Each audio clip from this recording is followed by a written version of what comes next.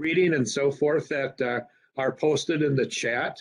And once we finish the meeting, I'll also post the recording and any interesting chat items that people maybe want to have preserved in these meeting notes as well, so people can come back and look at them.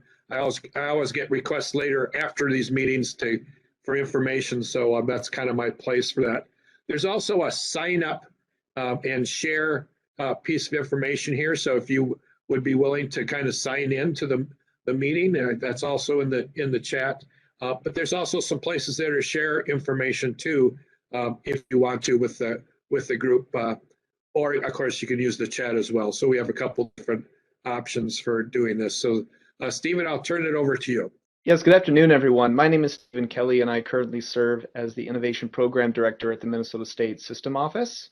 I work in a unit called Educational Innovations. And maybe the best way to go about our introductions here would be, Dave, for either you or I to go down the participant list and just call on folks. That way we can avoid confusion about who goes next. Yeah, that sounds perfect. Let me see if I can find the participation list. Well, we certainly have Mary, so we'll start with Mary. Good afternoon and welcome. I'm Mary Messicomer, Outreach Facilitator for Sourcewell Technology. We're a school district technology services organization in St. Paul and Staples, Minnesota. And I'm also the current administrator for the Minnesota Learning Commons. And we have Andrew as the next person on the list. Everybody, I'm Andrew Jones. I'm a data scientist and a product manager at John Wiley & Sons. I used to work at an educational startup you may have come across called Newton before it was acquired by Wiley. Most of my day-to-day job consists of kind of managing the roadmap and also making contributions to the pedagogical and cognitive modeling necessary for adaptive learning. So we build out our kind of AI and education roadmap through a variety of products at Wiley. Happy to meet you, Ed. Yeah, and thanks for being our guest today and for presenting in just a minute or so. So Dan, I'll let you go next. Hi, everybody. I'm Dan McGuire. I'm with a nonprofit called Sabier. We provide support for teachers and faculty in the use of open educational resources. And it's good to be here. Thank you. Thanks, Dan. And James. Hi, everybody. I'm James McGuire, instructional designer at St. Paul College. Thanks for joining us, James. And John. Good afternoon, everyone. I'm John Roletter. I'm the Vice President for IT at Century College in beautiful White Bear Lake. Excellent. And let me see who is next here. Kim. Good afternoon, everyone. Kim Lynch. I currently serve as the Senior System Director for Educational Innovations and have the privilege of working with Stephen Kelly. Excellent. And Maria. Hi, everyone. I'm Maria Garagio. I am the Regional Sales Manager for the North for Wiley. So I work with Andrew on the sales side of things and just listening in to hopefully learn from you all today. Thanks for joining us. And Scott. Hello, my name is Scott Spicer. I'm the Media Outreach Librarian. I head the Library Media Services Program at the University of Minnesota, Twin Cities. I basically provide support for student-created media as well as commercial media resources. So I'm kind of the Netflix for the university. We also do stuff with virtual reality and augmented reality, a whole bunch of other learning technologies. Thank you. It's a pleasure to be here. Thank you. And Sanenjay. Yes, good afternoon, everyone. I am Stefanie Anzinga. I'm the Online Programs Project Manager out of the Center for Educational Innovation at the University of Minnesota.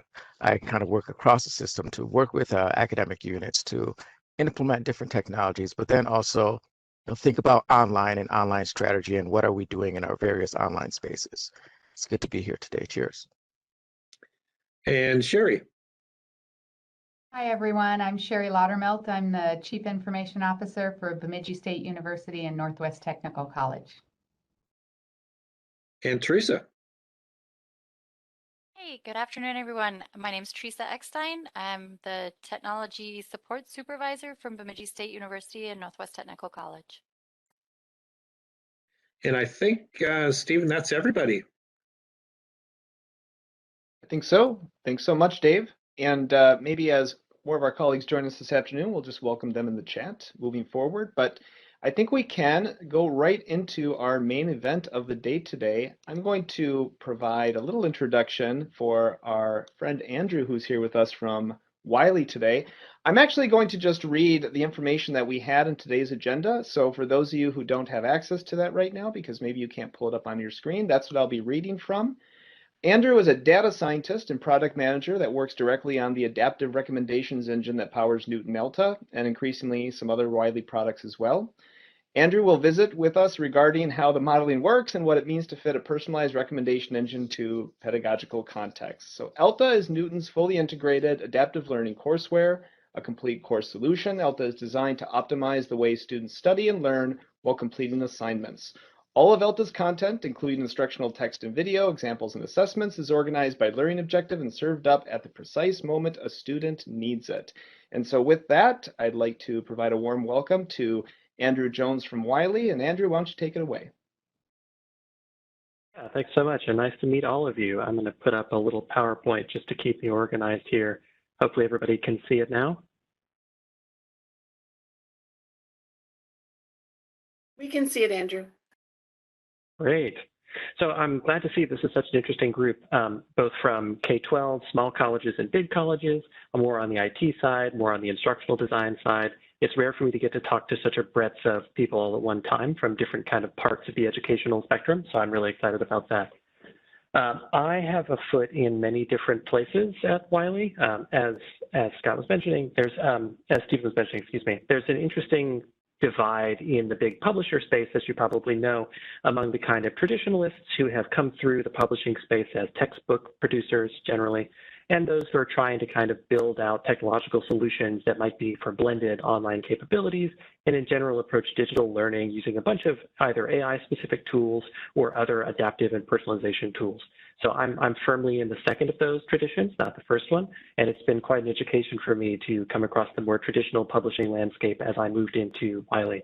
So I'm really interested to hear about the kinds of things that you guys are talking about doing with blended education, online education, and the move to increasingly digital-first pedagogies. So what I thought it'd be interesting to do for this group, and you should feel free to jump in and interrupt me as you have questions and comments, is to talk a little bit about how my teams at Wiley think about AI-assisted teaching and learning, and especially in the context of kind of personalization systems. So Newton Alta in particular is built on top of a personalization system that you can think of as an adaptive engine. That's how we often talk about it. And increasingly, that adaptive engine within Wiley is powering other products as well. And it's worth thinking through what kinds of AI-assisted teaching and learning are possible on top of a kind of robust adaptive engine, and how do you fit them into a variety of pedagogical contexts?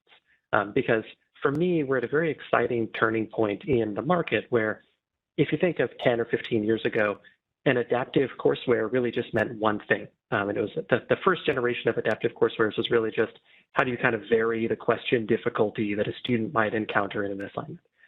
But now we're kind of emerging into a much more exciting market where we've slowly come to understand that adaptivity and AI assistance doesn't just mean one thing. There's a whole suite of different tools and contexts in which we'll need to apply adaptive pedagogy.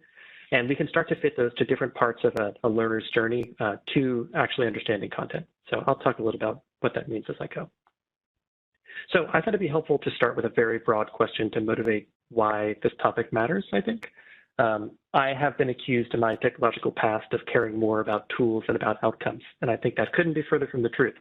I'm not interested in doing AI things because AI is cool, though it is. I'm more interested in trying to apply AI to education and in general adaptive technologies broadly, whether they would be considered AI or not, to education for a kind of very specific reason. There's a lot of learning science literature indicating that things like one-on-one attention produce the best outcomes for students in cohort-based learning contexts. So this may be review for a lot of you here, but I put a good historical slide here. So this is a screenshot from the original Bloom 1984 publication where he introduced master-based learning as a kind of concept. His lab had done some research saying, how do we compare conventional classroom outcomes where an instructor gets up in front of the room and lectures and there might be 30 students in the room, but the students all get the same assignments, they get the same kind of lecture support materials, and then we measure their outcomes at the end of the semester. You can see that the curve that's represented here, you can imagine that as kind of like how do your students actually rate on that final assessment in the course?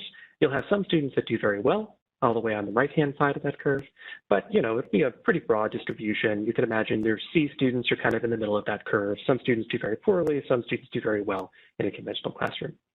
On the other hand, Bloom's lab did some one-on-one tutorials with the same kind of material and the same kinds of students. And as probably won't surprise you, one-on-one tutoring produced way tighter distributions of higher outcomes. So that far right curve is the one-to-one tutorial that they found experimentally verified. So with the same kind of starting student population, human one-on-one tutorials both made the lowest students in terms of ability level achieve closer to the highest students, and meant that most of that distribution was in the higher end of the outcomes range, which is really exciting. That's kind of our goal, I think. The North Star for education for groups of students is, how do we make sure that that distribution comes out of a learning experience as tight and as high as possible on the outcomes curve? So that wasn't groundbreaking. The groundbreaking part was his lab introduced this concept of mastery learning, which still preserves kind of 1 to 30 teacher to student ratios, but has a sense of one-on-one tutoring kind of built into it without explicitly assigning one tutor to every one learner. The idea of mastery-based learning, as he introduced it, is every learning experience that the students have should have immediate feedback and correctives involved. So students should be able to answer questions, get feedback on those questions, whether they got them correct or incorrect, and be told what they might need to do to get it correct next time. Also, and crucially, mastery-based learning is based on many opportunities to demonstrate mastery. So I'm sure you've come across experiences or maybe had to teach classes where you had the experience where there's just a problem set distributed every week, and by the time the student gets back that problem set, whether they did really well or really poorly on it doesn't matter anymore. They're not going to cover that material again until the midterm or the final. So if students failed that problem set or something like that, they're really going to be out of luck until they spend some more time going back and relearning it. It's demotivational for students, and it keeps your classroom kind of in lockstep, but at the expense of giving students only 1 or 2 opportunities to really demonstrate that they know the material. In mastery-based learning, you might need to give the same student several separate opportunities to demonstrate mastery. In fact, more opportunities than another student learning the same material might need. And the key to making that make sense, so you're not just randomly distributing large numbers of assignments to different students differently, is to have meaningful exit criteria. So for every kind of learning objective in your course, you need to have a sense of what it means to be sufficiently good at it to move on and succeed on subsequent learning, both within your course and in other courses. So the idea is there should be many opportunities to get to that meaningful exit criteria for each student. And each student might actually need different amounts of help to get across that finish line. So when you implement a classroom doing that, it turns out there are really great outcomes. So the difference between the conventional classroom and the tutorial one-on-one, as you can see here, is about 2 standard deviations. And the foundational Bloom study that's been reproduced several times showed like a 1 standard deviation improvement just with implementing mastery-based learning. So still large cohorts, not one-on-one tutorials, and there's still huge learning gains over traditional learning, which is exciting. So I don't know if any of you have implemented mastery-based learning in your classrooms, but it's incredibly labor-intensive, as you might imagine. I have some colleagues who have done it the old school analog way. You write many problem sets, you're constantly distributing them and recollecting them. For individual students, you might have to come up with new problems on a rolling basis because they might take many attempts to demonstrate mastery of whatever you're learning that week. Different students might be learning different things at different times. It's a huge cognitive load for instructors. But this is kind of where technology tools are at their strongest. So what I think of AI as doing in education, especially in the context that we're working in mostly right now, is contributing the personalization necessary to implement something like mastery-based learning at scale. So in my experience, humans can't one-on-one tutor every student on every topic in the course. It's just not possible. So the idea behind having an adaptive engine is that a good AI-driven pedagogical engine should be able to assess student knowledge states in real time. So be able to help you determine how is this student doing toward that meaningful mastery criteria for this learning objective in real time. And should also be able to choose questions or instruction or remediation based on that individual student's needs in some formative assignment context. So we know that students should have many opportunities to demonstrate mastery and that they're going to need correctives and formative assessment feedback. And a good personalization engine should be able to do that differently for different students based on the needs that it detects. And ultimately, that personalization ought to be able to produce targeted and efficient learning paths to the instructor-chosen learning objectives for that assignment and for that course, but that may vary quite a lot from student to student based on what their initial knowledge state is and what their needs are. So that's kind of our North Star when working on cognitive modeling and pedagogical modeling within the context of AI in education is how do we try and have an all boats rise approach to mastery-based learning through personalization at scale. And we do that in a variety of different coursework contexts, but that's where we think right now is the best bang for your buck in applying AI to educational contexts. So I realize that's very kind of high flying. So before I stop for some questions, let me just give you a very grounded example of what that might mean. So here's a toy example that it essentially matches what would really happen in Newton Alta if you were a student taking an assignment that had 2 learning objectives on it. So learning objectives A and B. When you start an assignment, you're working on whatever the more prerequisite of the 2 learning objectives is. Let's call it learning objective A. And you could imagine that the product, in our case, Alta, is providing a student with questions, and then we can get in our adaptive engine a signal of which of those questions the student got correct or incorrect. So maybe at the start of the assignment, the student's doing pretty well on learning objective A. Over the course of this particular experience, we would expect the questions to get harder and harder because the adaptive engine is learning that the student probably knows what they're doing with learning objective A and wants to be confident in that knowledge state. But after just a few questions, it's easy for our adaptive engine to come to the conclusion that the student is good enough at learning objective A to stop working on it. That might be different, however, for learning objective B. So imagine the student starts out doing quite poorly on learning objective B. To try and assess the student's knowledge state, our adaptive engine will gradually give the student easier and easier questions, try and find out what ability level the student has for this learning objective. And if we detect that even the easy questions seem to be too hard for the student, we can provide an instructional intervention immediately in line within that assignment experience. So this is one of the things that makes homework into a formative learning experience, in our opinion. Giving problem sets that just give students questions over and over again is only so much effectiveness when it comes to intervening with students. We've found time and time again that students need intervention directly in line within their problem sets, and we've built Newton Alta around a certain intervention structure. So within the questions themselves, we have answer explanations. That's our first line of intervention. But then once we detect a weakness for a student on a given learning objective, we can provide instructional interventions directly in the assignment. So this might be a text passage with worked examples, might be a video, might be a PowerPoint, something like that. Some kind of highly granular lesson that can be delivered right in the middle of their learning experience. And then we'll check, did that make a difference for the student? In this case, I just want us to imagine that learning objective B is still a gap for the student. That instructional passage didn't really do the trick. They've been answering the easiest questions we have available incorrectly, and they've shown us they don't really know how to do it. What would a good tutor do in this circumstance? Well, a tutor would probably say, learning objective B requires some earlier skills that the student has already probably needed to learn. Maybe one of those things is actually what the knowledge gap is, and we need to close that gap before helping the student understand learning objective B. So underneath all of the content in Newton Alta lies what we call a knowledge graph, which relates all of the learning objectives in a typical course. So we can say, given learning objective B, what are the prerequisite learning objectives that are most relevant to success on learning objective B? And we'll seamlessly serve the student content from those prerequisite learning objectives right in the same assignment when this need is detected. So you can now imagine kind of repeating the same pedagogical approach that the engine did for learning objective B, giving the student a few questions of decreasing difficulty because they're getting them wrong, providing an instructional intervention, this time aligned to the prerequisite content, not to learning objective B's content, and then seeing if that particular intervention made a difference. So in this case, as in many cases in Newton Alta, the prerequisite gap filling, so to speak, made the difference. So we can see that the student has started getting questions correct instead of incorrect. And that would give us the confidence to move them back to the original learning objective they were trying to learn, learning objective B, where we'll see that they had some success. So again, this is a toy student history, but that's the real functionality that I would expect to see in Newton Alta given that kind of student history. There are several interesting things to draw here from the way the adaptive engine functions, and I'll just mention a couple of them in passing before pausing here. The first is that the cognitive modeling underpinning the knowledge states that we're trying to extract from this data signal is definitely different from what you would have in a static homework assignment problem set. And here's an example of what I mean.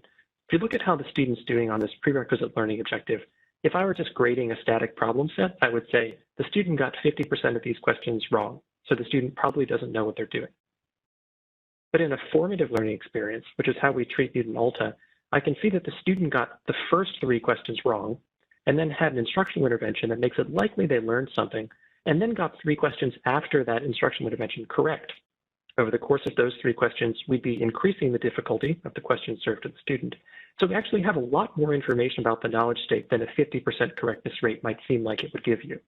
After this kind of pattern of interactions, we can actually infer much more strongly that the student does understand the prerequisite learning objective than we would from just looking at a problem set where they got 50% of the questions wrong.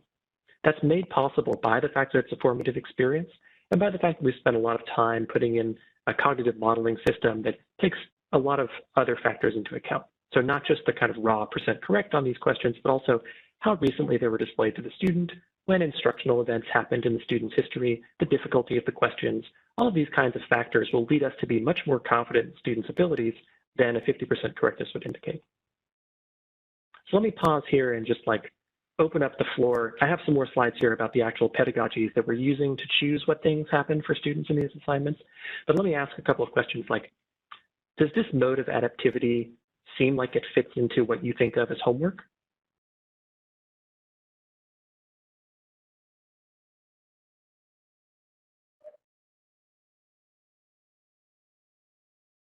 I think I'd like it to be.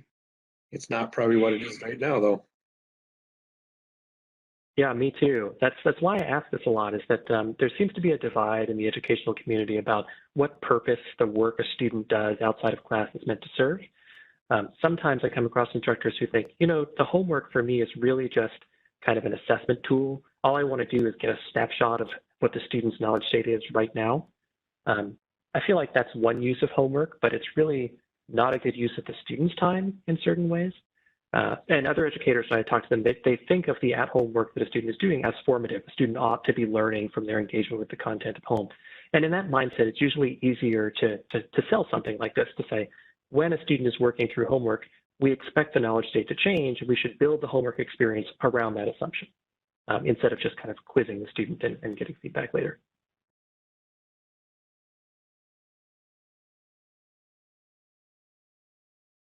Well, feel free to jump in if you have more comments on that as we go, but I'll put a couple more things on the table before opening us up for discussion. In that example, I kind of hid under the table a description of how we're picking exactly what content the student should engage with at any given time, right? I gave a description of a proficiency model, a cognitive model that we have running under the hood that's supposed to be assessing the student's knowledge state. And then I just appealed to kind of common sense and said, like, well, if they're doing well on one learning objective, they don't need to work on it anymore. If they're doing poorly on one learning objective, they should probably review some prerequisite materials. What I was doing when appealing to those common sense things was actually implementing a pedagogy, very casual pedagogy, but a pedagogy that you could encode into an algorithm. So that's essentially what we've tried to do, both in Newton Alta and across other Wiley products now, is think through the different kinds of pedagogies that might flexibly be applied to different kinds of learning experience. So some of those learning experiences might be homework. Others of those learning experiences might be exam review or preparing for class.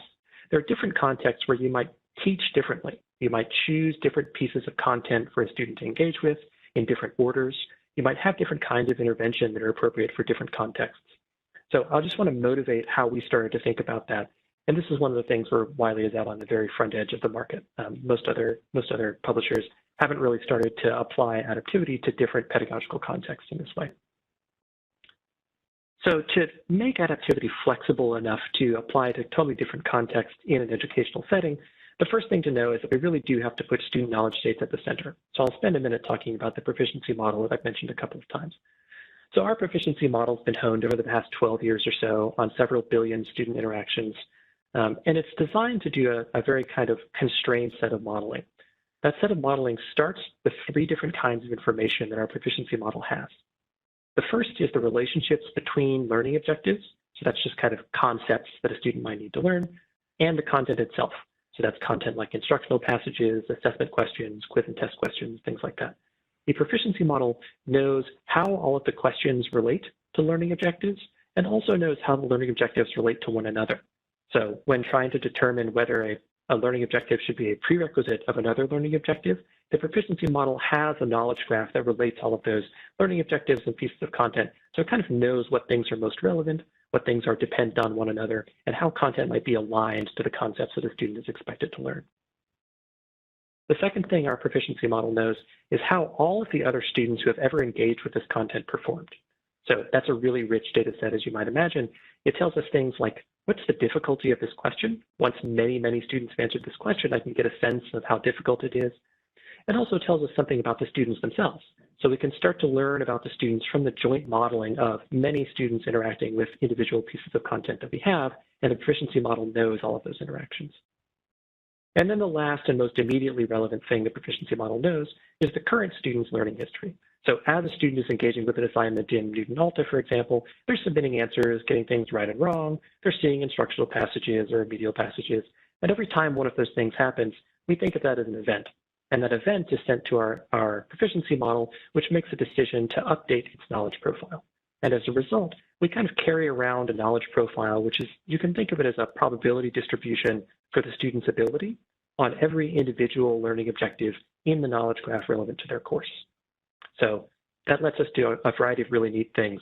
If a student is struggling on learning objective B, that means we are storing a probability distribution for the student's ability level. And we can look at percentiles of that distribution to decide how confident we are that the student is doing poorly and make different interventions. So if you're teaching a student learning objective B for the first time and they get the very first question you serve them wrong, that tells you something.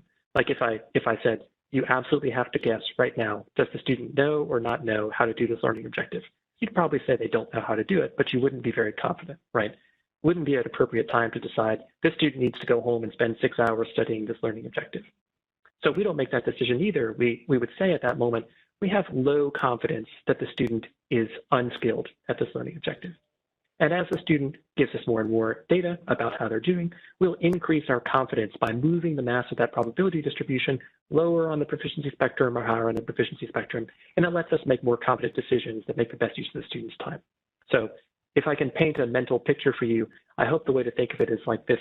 This little graph over here on the bottom right is all of the learning objectives the student might encounter in their course.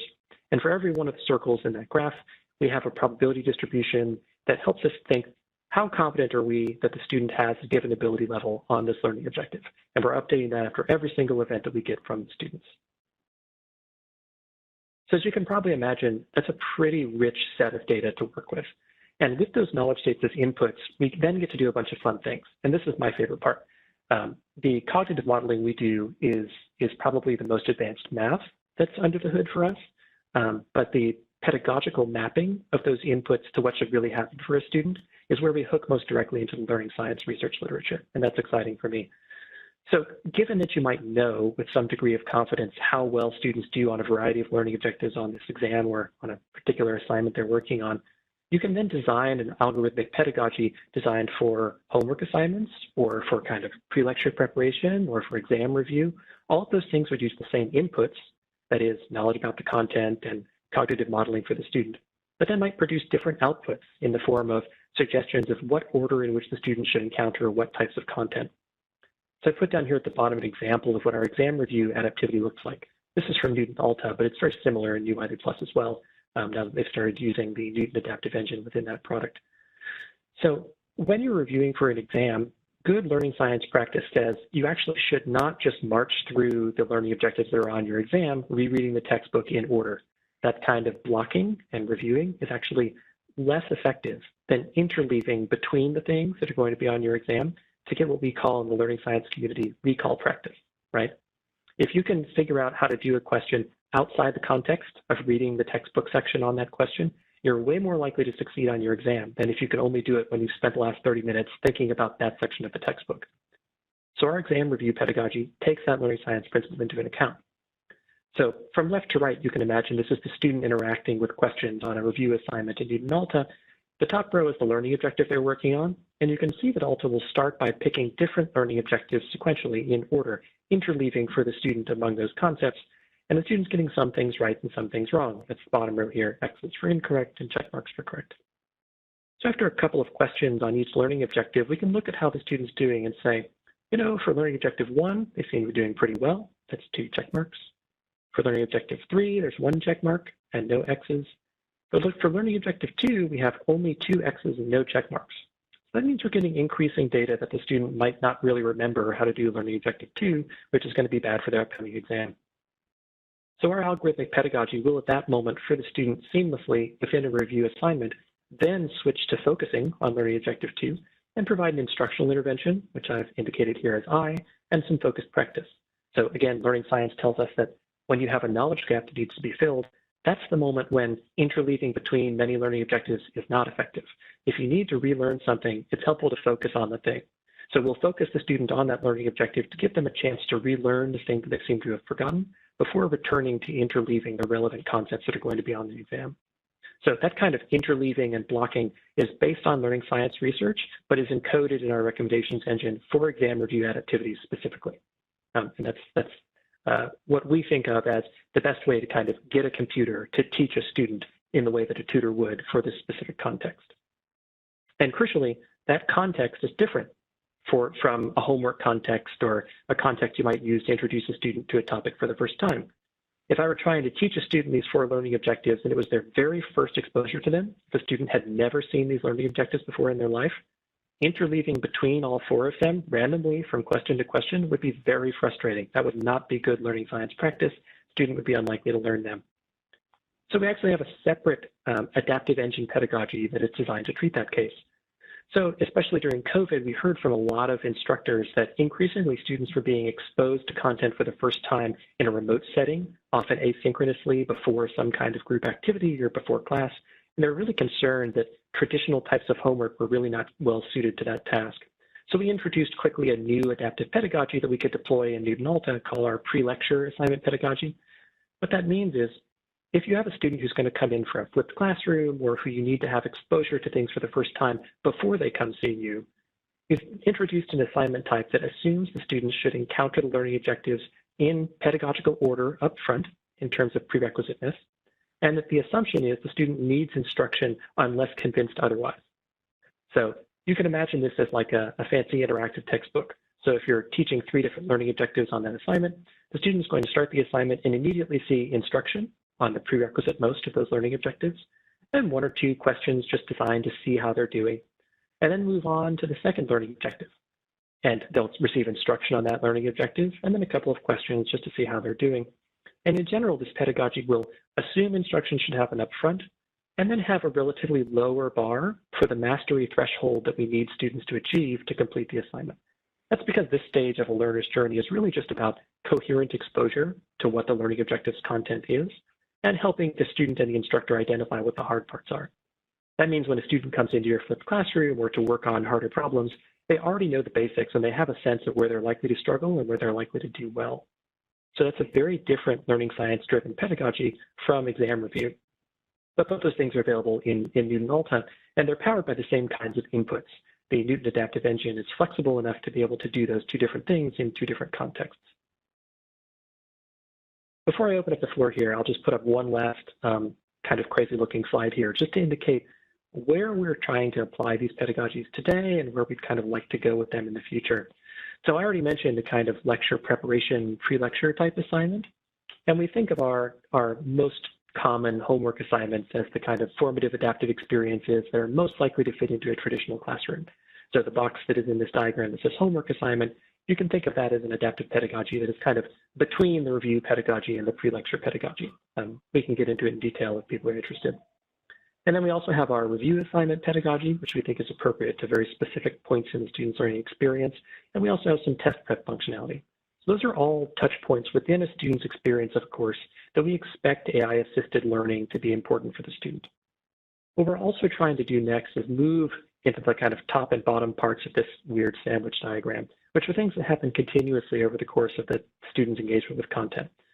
One of those is, especially as the move to online education has increased in the kind of post-COVID space, we've learned that there's a lot more contact that students need with motivational coaches, both to help keep them engaged, but also to help suggest to them what activities they ought to be doing when. So it's one thing to say, within this assignment, an algorithm can help pick the right kinds of instruction or assessment for the student to do.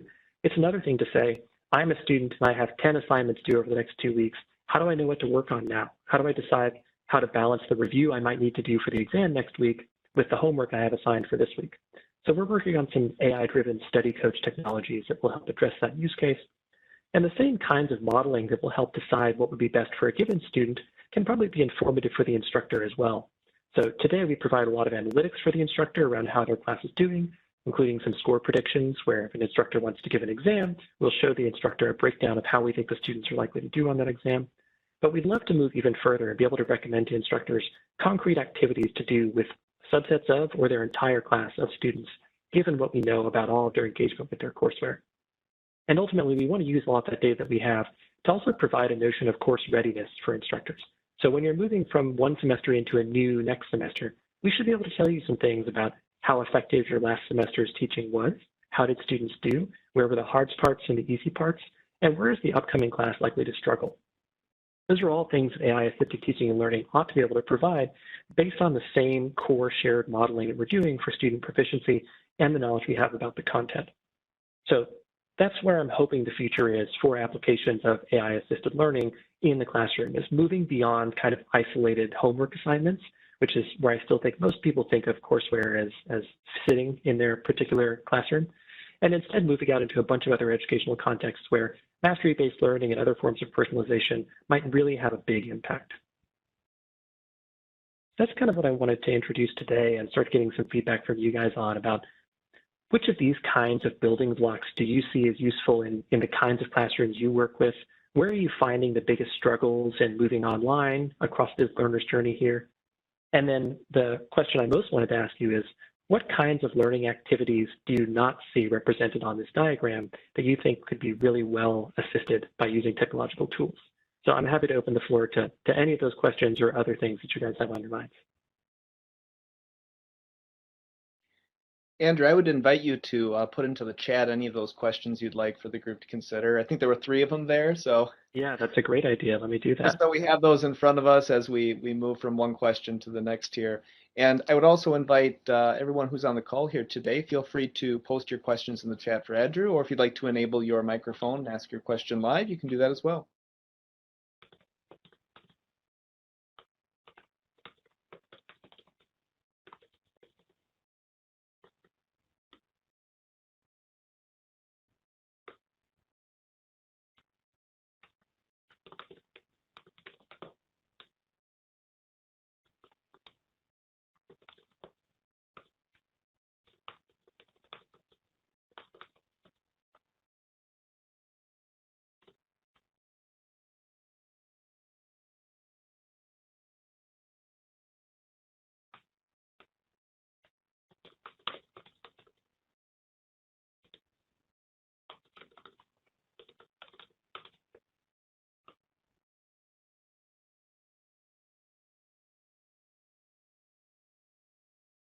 Yeah, thanks, Dan. I think that's a great point.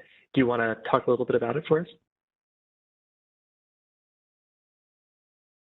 Well, I can just say that it appears that each of these components of which are have been identified as critical for equity-based education, it appears that they're missing from this pedagogical model. Yeah, so one of the things that we should always be doing when we're developing these kinds of pedagogies is assessing the differential impact of them on different groups. So that's one thing that we do with our courseware, is try and say, one of the data sets that we have most commonly is what happens to students who come in underprepared versus overprepared for the same kind of learning experience. And we want to make sure that the outcomes are similar for students who have had less preparation for a particular courseware experience to those who come in very highly prepared. But a real challenge for us is that we don't actually get a lot of exposure to socioeconomic status markers, demographic markers, and other indicators that could help us really assess that differential efficacy. So one of our goals for this year is to partner with institutions who do have access to that kind of data to help us get a sense of that. Because that means, as you pointed out, both representation within the content, which we work hard to do to try and make sure that where the content uses examples or things that can be culturally relevant to a wide swath of learners, not just a narrow swath that happens to look like whoever authored that. But also to think through the impact of the particular activities on different learners who have different technological backgrounds and different expectations for higher education. So those are things that are really on our minds and that we would love to be doing some testing on over the next year. The thing that I think is most directly on my immediate mind from what you're describing in your comment, aside from efficacy, which we have some proposals out to do analysis for generally, is that collaborative learning in general is a big weak spot for AI-driven and especially adaptive technologies in the market today. That's something that I think the move to kind of COVID-driven online education made much more clear to a lot of people is if students are isolated in their own rooms just working on a laptop, they're just learning worse. You know, it doesn't matter how fancy my algorithm is for choosing what piece of content for them to work on. We have to somehow move beyond just a one student staring at one screen paradigm. So we're doing a lot of active market research right now around what kinds of collaborative learning have the most learning science support that we could try and support in these tools. I think that's a great point. I'll just stress the other point here that at the bottom is that the ability for students to create, whether it be in a collaborative environment or not, the ability for students to create is absolutely critical for learning. And that's hard to do with AI, I think. Yeah, agreed. We're exploring two different kind of approaches to that. So one is to use the kinds of pedagogies that I just showed you as kind of like the setup for collaborative experiences. So we know that there are some simpler skills that a student is going to need to be able to do higher level thinking tasks and creation tasks. So we might use those experiences to set them up and then provide some kind of like cohorting structure to help you choose the appropriate blend of skill levels and backgrounds to assemble a group for collaborative learning projects.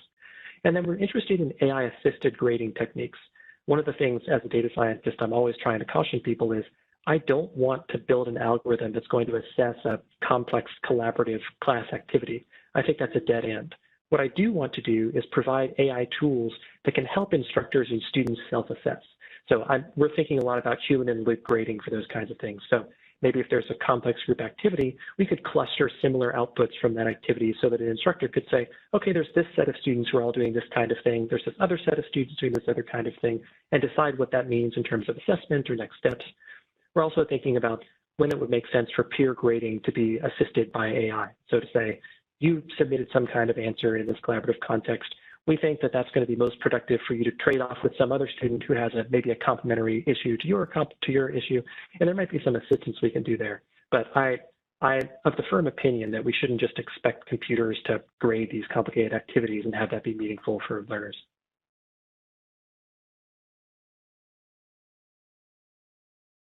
Andrew, as a former high school teacher, having a tool like this would be remarkable because Dan is suggesting, you know, you need to spend time on things that are more collaborative in nature and creative, but the typical high school teacher can't do that because they're spending all their time filling in gaps. So if I had a tool that I could rely on so that when I gave homework, I knew people were going to get instant feedback and some help with their gaps, I could spend much more time on creating projects and collaborative different types of things for my students to do because I wouldn't be spending my time in that other place all the time. So this is very exciting from my perspective.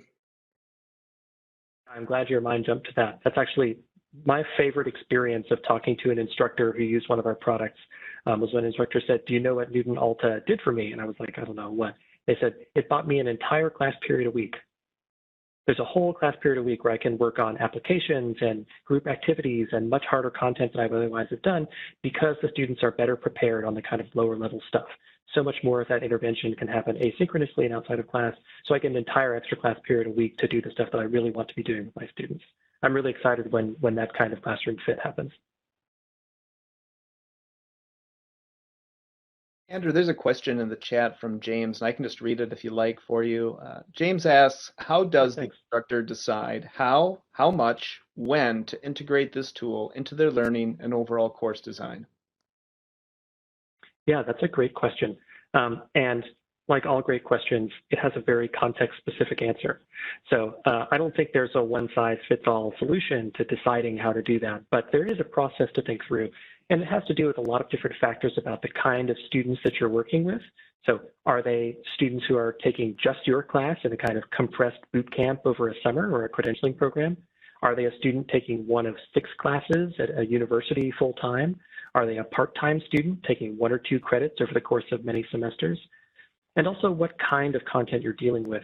Is this the kind of class where repeated interactions with kind of lower level computation tasks is central, like an introductory algebra class or something like that? Or is it a class that's going to involve a much higher balance of activities that are non-computational or non-simple exposure, so a writing class or something like that? As you're moving across the spectrum from highly computational tasks toward tasks that involve fact recall, and then pass those into tasks that involve applications and other kinds of activities, I think it pays to think about the different ways to use adaptive technologies in each of those contexts.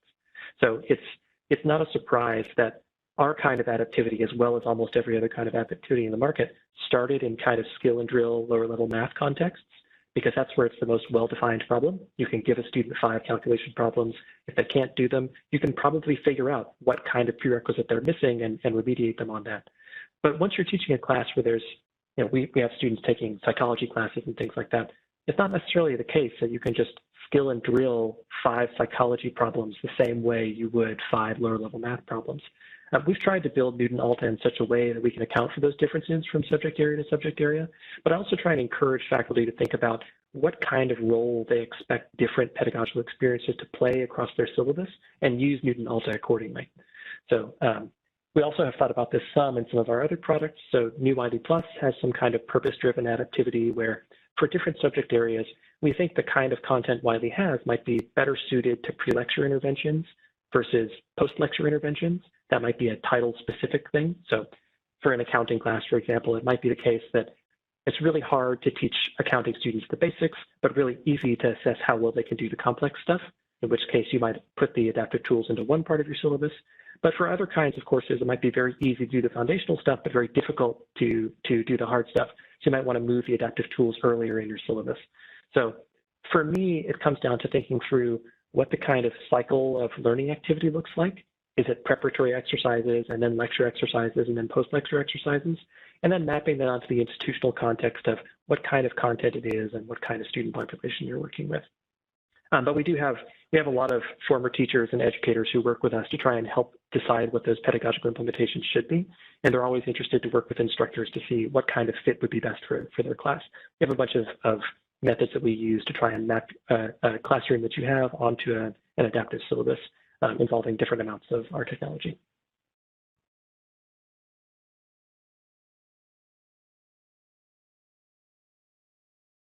Oh, I see the chat now, and also James saying, to see a third-party tool as a fancy online practice activity. Yes, I spent my first year at Wiley running around saying, you can't treat this as fancy homework. We're not going to build fancy homework anymore. And I think I finally have gotten enough critical mass in the learning science community behind me to cause courseware makers, both inside and outside of Wiley, to think about those at-home activities that students are doing as not just homework, right? If more and more of what the student is doing as part of their learning activity is happening at home, then it's just going to be a terrible experience to keep treating that activity as problem sets and just standard assessment homework. So it's an uphill battle because courseware started out as like auto-graded homework. That was its main value add. So it's an uphill battle to kind of convince both students and instructors that the tools can be used for so much more than that. But that's one of my primary goals, is to have people stop thinking about this as a fancy homework assignment and instead think about this as a formative learning experience. Andrew, I have a technical question for you related to how ELTA learns. You mentioned earlier on that there are 3 main inputs, and one of the inputs that ELTA takes into consideration is the performance of all the students maybe that have looked at an objective or problem set in the past. And my question is, everyday new students are engaging that content, answering questions, and then ELTA is providing feedback and doing its thing. What's the process for ELTA taking in that new information from those new students? Does it automatically update itself and put those sets into place so it can process all of that? Or is that a process that you have to do manually in some way on Wiley's end? And then my corollary question to that is, assuming some students maybe are not performing in the tool in a way that's honest, maybe they're trying to game the system, how does ELTA determine when students are trying to game the system and perhaps providing feedback or data into ELTA that you really can't accept as being authentic? Yeah, I'll take both of those in turn. So your first question about how do we assess for the kind of drift in the data we have about the content parameters we might learn from students? The answer is kind of between the 2 options you supposed. So we kind of run a batch job. So it's a scheduled job that scoops up all of the data that's happened over the past week or the past month and re-estimates based on all of that what we think the most up-to-date parameters are for each piece of content. So we store every interaction of every student on every question, and we kind of constrain how much we allow those difficulty values to move with a single update. That's for technical reasons, but also because you could imagine if you're a student working on a homework assignment and you have the bad luck of you worked on the hard question before we knew it was hard, and your neighbor worked on the hard question after we knew it was hard, we're going to learn different things about those student knowledge states if we just suddenly change the value of the question. So we actually employ a kind of batch learning procedure that both on a rolling basis takes into account the new data we have and slowly allows the things we know about the content to move in the direction that we think is most appropriate. So it's essentially a Bayesian updating model. That's how you can think of it. Is we have a strong prior for what we think the difficulty of a question is based on everything that's happened in the past. But as new students interact with it, we'll jointly learn that there might be updates we need to make to those modeling parameters. So yeah, over time it does move, which is exciting. And as a side note, one of my favorite things to remind people is that there's a lot of good evidence showing that when experts try and guess how difficult a question is, they're actually very bad at it. There's a lot of learning science research showing that if you look in the data for how difficult a question is and you compare it to an expert looking at a bunch of questions trying to rank them, the data does a much better job ultimately of figuring it out. So I always try and remind people of that. So the academic integrity question is a really interesting one. And the answer that I have come to over the past 6 months especially is very satisfying to some people and very unsatisfying to others. So I'll be curious to get a poll of the room here, which of you fall on which side of the camp. I don't think that we should be engaged in an arms race where we're trying to catch students cheating. I think that encourages them to find more and more ways to cheat. And I think that especially with technology that's available on your phone and on Chegg and things like that, there's no way that auto-graded homework assignments are going to be completely unsusceptible to cheating. Even if you wanted to surveil the students while they work, which I think is a terrible idea, there's no way that you're going to stay ahead of the students who are very motivated to cheat. What I would much rather do is set up the incentive structure in the learning experiences such that cheating doesn't actually yield benefits. So that's what we've tried to do as much as possible with Newton Alta. So when students are engaging with an adaptive assignment in Newton Alta, the first thing to note is that the questions they're receiving are different from the questions their peers are receiving generally. So it's very hard to actually kind of compare from student to student and copy answers off of another student for the question, because there are dozens or hundreds of questions the student might see for a given learning objective, and they don't really know what it's going to be in advance. You know, it depends on their unique pattern of correct and incorrect answers. We also throw some fun randomization in there to make sure that students aren't all seeing the same questions. So it's kind of hard to cheat in a sort of like look over the shoulder sort of way. But I'm under no illusions that it's hard for students to whip out their phone and like do a calculation on their phone and put in the answer. And we're never going to catch that necessarily. We've had a lot of people say, well, can't you tell from how fast the student answers or things like that? Like, no. In the aggregate, you can't really tell. There's always going to be students who can answer questions quickly. And if you try and detect it based on that, they'll just start putting in the cheated answers slowly. You know, there's no way to catch that. So the other thing we do about that incentive structure is the adaptive assignments in Newton Alta, we think of as kind of a give and take contract with students. So when you take an Alta adaptive assignment, the goal is to get to what we call 100% mastery on the assignment. And you can do that based on any pattern of initially correct or incorrect answers, so long as you can eventually convince us that you know what you're doing. So what that does is it takes the punitive nature of getting wrong answers away. And it takes some time to convince students that's what's going on, but we find that students are much less likely to cheat if they don't think there's anything bad that's going to happen if they get wrong answers, if they're not going to get a bad grade from wrong answers, if they're not going to suddenly have to spend 6 extra days working on this assignment from getting wrong answers. So that's where I'm focused with a lot of my energies these days is how do we convince students that formative learning experiences ought to have incorrect answers in them, and that authentic engagement with the content is what's going to get them most effectively to the outcomes they want. So my goal in the future is to be able to prove to students using data that if you go and cheat on this thing, you're going to fail your exams, you're going to do worse on your future coursework, and ultimately it's going to cost you time. Whereas if you just engage authentically with these assignments, you're going to be able to get to 100% mastery, even if you get a lot of stuff wrong, as long as you put in the time, and that's going to yield concrete benefits for you in the future. So for me, it's about incentive structures. But I do think that having machine scoreable, simple questions as the primary things students do in a remote setting is kind of asking for trouble, right? We should be under no illusions about what that means. If every publisher's value is all tied up in being able to automatically grade a static set of questions, we would have almost no value left. All those questions are already on Chegg. It's easy to defeat those things. So part of my team's jobs is to think about what the future of authentic assessment and formative experiences is in education that doesn't just depend on convincing students not to cheat. But yeah, have you guys seen a big move toward like online proctoring solutions and stuff like that, or have you been able to resist those techniques? I see a bunch of sheepish smiles. But yeah, we've had a lot of requests from people saying like, well, if I need to, put my students in a proctored webcam environment to do your tool, can I do that? And the answer is, we would prefer you not do that, but we'll figure it out. There are a lot of institutions that have required that kind of thing, and that makes me nervous. I'm hoping that most of that is behind us. There was a big wave in the first 6 months of the COVID pandemic where a lot of schools were saying, oh, this is going to solve everything.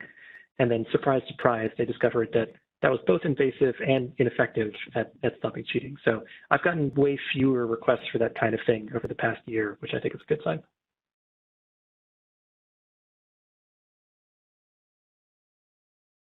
Yeah, I would say in the Minnesota State side, Andrew, that we've seen the entire spectrum as it relates to online proctoring, from kind of all in to staying as far away as possible, then everything in between. And there's just opinions vary among CIOs, among faculty, among you name it. I mean, everybody seems to have an opinion. So there's just no one way to present it, I suppose. Yeah. I know we're running short on time, but I also see a couple more questions here in the chat from Dan. So first, who owns the student data? So we, to try and be as compliant as possible with the tightest regulations we come across, which are typically EU regulations, we try and make sure that student data is fully anonymized.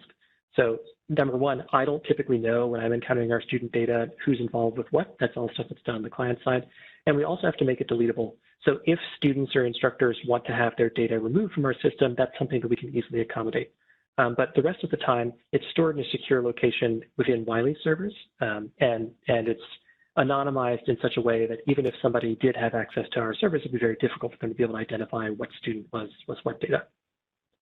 And for defining cheating, that's a great question.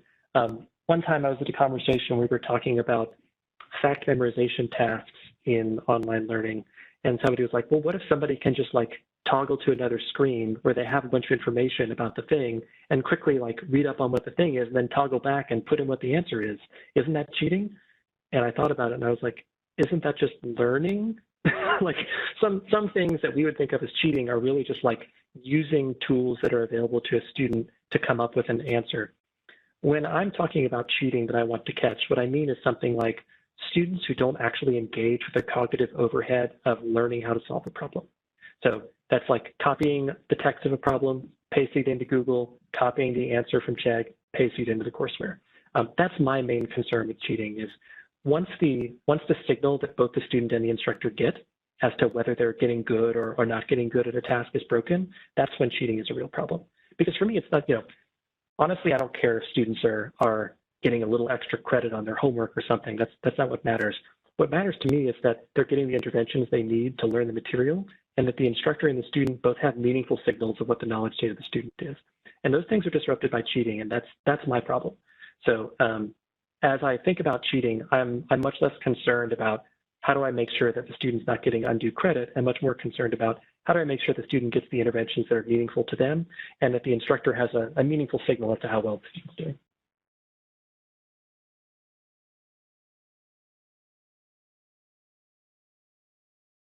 And there were a couple comments in the chat from Dave. Andrew, I'm not sure if you'd like to refer to those briefly.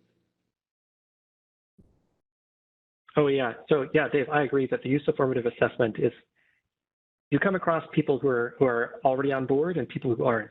And so a lot of our time is spent trying to convert the people who aren't on board with formative assessment into those who are. The more students, and I think one of the easy ways to do that is to remind them that students recognize the importance of formative assessment once they experience it. When we first ran a kind of academic integrity focus group with students, we were kind of unsure what kinds of responses we would get from them, but students were totally open with us about the extent to which they cheat. They were happy to explain to us why, how, everything about it. And one of the top reasons that they chose to cheat was they didn't see the value in the homework they were doing. So especially if their instructor just assigned a static problem set of just some problems that took a lot of time, and there wasn't going to be feedback on those problems, it wasn't clear how relevant they were to their future learning, that's when students were most likely to cheat. So engaging and formative learning experiences where it's clear to the student what the value to them of the homework is I think one of our best tools also for academic integrity purposes. So I'm always interested in trying to make those formative experiences clear to the student. And part of doing that is having, I think, I don't want to say higher level content, but I mean content that is engaging for students in a way that's not just simple computations. So as you put it, kind of compliance driven questions, I'm less interested in using those to assess knowledge states wherever possible. I would rather be moving into what we call authentic assessment. That's a term of art in learning science literature you may have come across. And that's stuff that's really hard for computers to do. So one of the things I expect to see in the next 5 years is the kind of AI community engaging with what authentic assessment looks like in remote learning. And I think that's going to be a really big challenge for us and for everybody else. But for us is my problem. Well, we are at 5 minutes past the hour. So Andrew, just thank you so much for visiting with us today. This has been absolutely wonderful. And all this information, Yeah, boy, going to be thinking about it for the rest of the week and into next week as well. For all those who are on the call today, we do have another SIG meeting scheduled for April 14th. If you're not currently subscribed to the SIG, you can reach out to Mary Messicomer and get added to our list for these meetings. But in the meantime, we will post this video on, Mary, where are you going to post this video? On Sourcewell's webpage, is that correct? No, I can post it. Minnesota Learning Commons has a YouTube channel, so I will post it there and send out a link. Very good, good. And I encourage everyone to share those with your colleagues on campuses too who might be interested in this technology and this topic. Otherwise, thank you once again and enjoy the rest of your week. Yep, thank you. This is a great presentation.